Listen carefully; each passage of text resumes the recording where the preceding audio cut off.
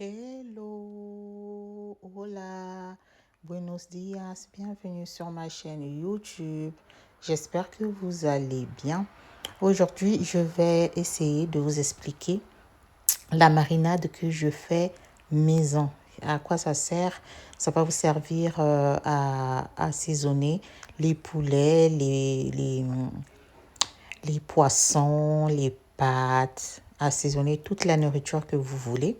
Donc pour cela, je vais laver 3 poivrons, vert, jaune, rouge. Si vous n'en avez pas, ce n'est pas du tout grave.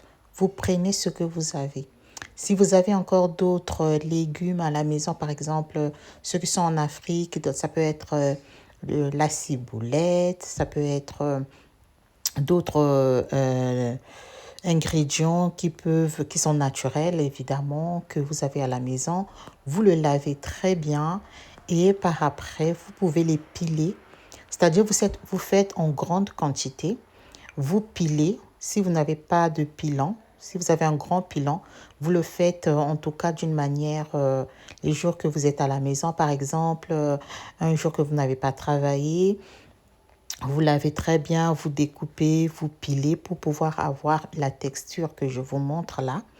Donc, après que vous ayez cette texture, pour ceux qui sont en Europe, par exemple, vous avez des mixeurs. Ça peut être le mixeur plongeant, ça peut être le blender, ça peut être d'autres mixeurs, même manuels. Et vous allez pouvoir assaisonner vos viandes, vos poissons, vos poulets, toutes sortes de nourriture que vous allez pouvoir faire dans la semaine. Et c'est très très bien de pouvoir les mettre dans un petit pot et vous les fermez hermétiquement, c'est-à-dire vous les gardez.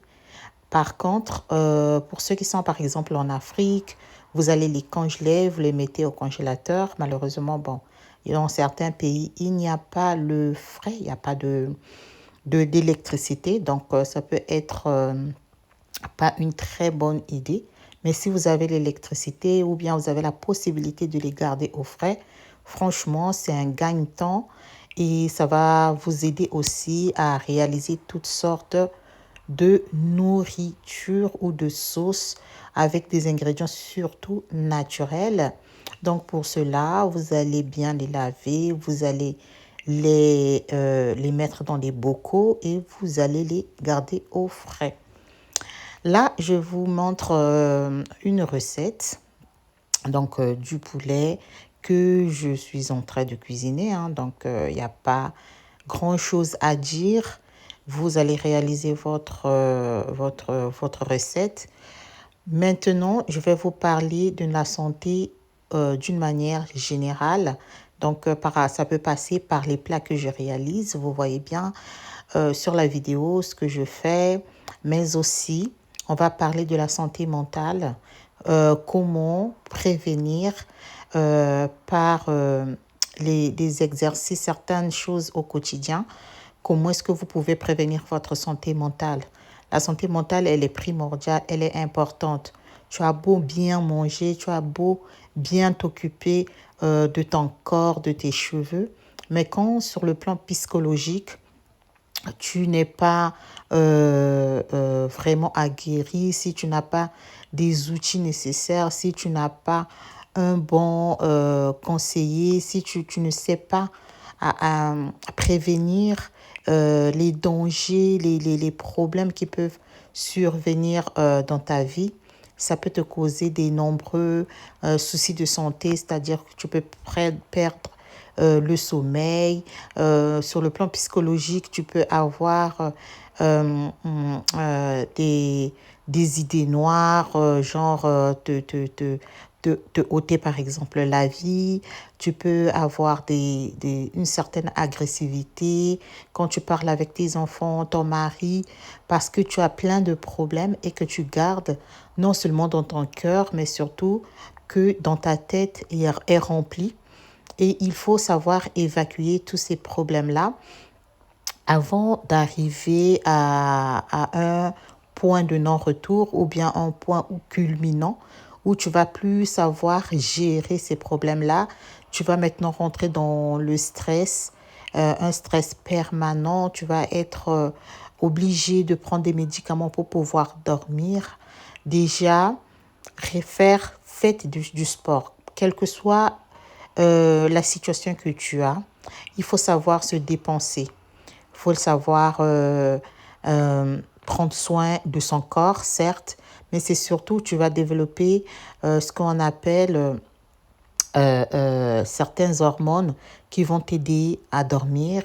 Parce que quand tu fais du sport, c'est un travail que tu es en train de réaliser, non seulement sur le plan physique, mais sur le plan aussi psychologique. Tu vas pouvoir réfléchir, tu vas transpirer et tu vas évacuer toutes les toxines, tout ce qui est négatif.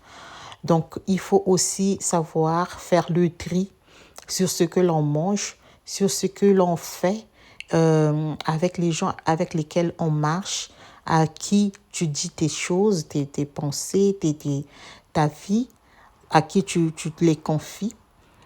Euh, il y a certaines personnes, ça peut être un membre de ta famille, ça peut être une amie, ça peut être ton mari, ça peut être ta femme, ça peut aussi être une personne que tu connais toute ta vie, c'est-à-dire que depuis que tu es né, tu es toujours avec cette personne-là. Ça peut être une personne vraiment que toi tu considères que une personne de bonne moralité, une personne à qui tu peux compter, quelle que soit l'heure, la situation, elle est toujours présente et que les gens peuvent changer au fur et à mesure des années après.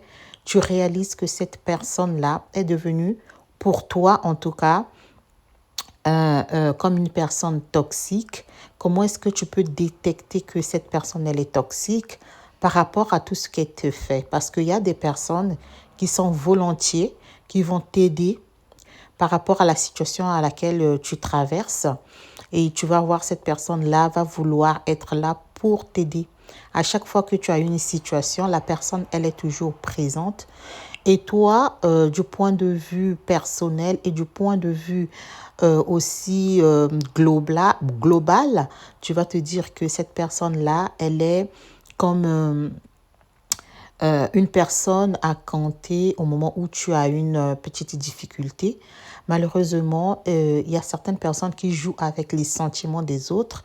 Ils savent que quand tu as une situation, tu peux la contacter ou tu peux le voir ou tu peux demander son aide. Et cette personne-là commence à jouer avec tes sentiments.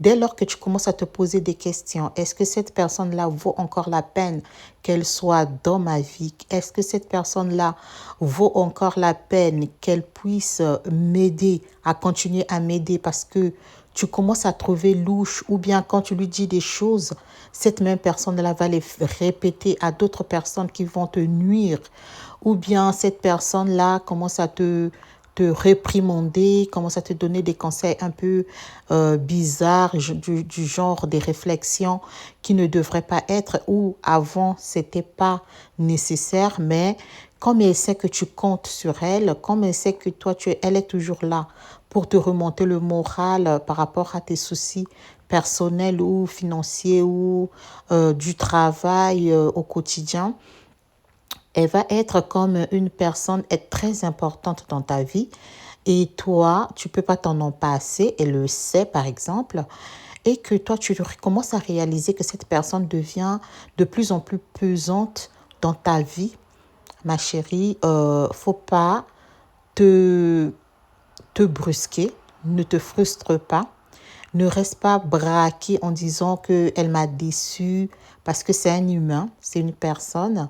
Elle peut changer son attitude, elle peut changer sa manière de faire les choses parce que la personne, elle est changeante. Hein. Et puis, faut pas toujours se dire que mais c'est elle qui me fait ce genre de trucs alors que je comptais sur elle, alors que c'est une personne qui m'a toujours aidé. Alors, je ne comprends pas. Ce sont des questionnements qui sont légitimes et que toi-même, tu vas te rendre compte que, franchement, il y a un truc qui ne va pas.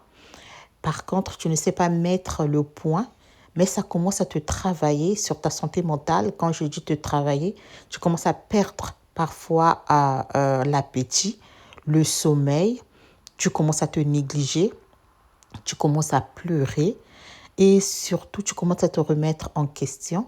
Tu sais bien que ce que je suis en train de faire, elle est bien, mais cette personne-là ne va plus dans ton sens. Il commence à soit contredire ce que tu fais ou ce que tu dis. Ma chère, prends son soin. D'abord, pour être égoïste, tu penses d'abord à toi. Tu te dis que ça, c'est pour moi. Et je ne veux pas faire comme d'autres personnes. Il y aura une certaine tension, mais il faut savoir dire stop. Il faut savoir s'écouter, s'aimer, s'entendre et surtout se faire confiance. Ce sont des clés, ce sont des choses qui vont te faire avancer. Même si le monde entier t'abandonne, même si le monde entier te dit que ce que tu fais n'est pas bien, même si c'est 10 personnes sur 13, par exemple, qui sont contre tes idées, et mais toi, au fond de toi, tu te dis ce que je suis en train de faire va m'aider à m'émanciper, va m'aider à m'en sortir. Vas-y, fonce, ne regarde pas derrière, ne regarde pas devant. Fais-toi confiance et avance. Quitte à se débarrasser de ces personnes qui ont toujours été là. C'est-à-dire que tu ne te débarrasses pas d'une manière virulente, mais d'une manière aussi optimiste en leur disant que la vie doit continuer avec ou sans toi. Voilà, pour ta santé mentale, pour ta santé de tous les jours, pour pouvoir toujours être en avant, il faut savoir dire non et continuer. Si vous n'êtes pas encore abonné sur ma chaîne, les amis, abonnez-vous parce que je fais des très bons plats que je vous montre ici, que vous pouvez réaliser, regarder, même si je ne les explique pas, tout en écoutant ce podcast parce que c'est bien de parler, c'est bien de se faire du bien sur le plan physique, c'est bien de se montrer sous son 31, mais quand on n'est pas bien sur le plan intérieur, on peut pas, on peut mentir ceux qui sont dehors, mais on ne peut pas se mentir à soi-même. Sur ce, je vous fais des gros bisous. Soyez heureux. Muchísimas gracias a todos. Hasta luego. Ciao.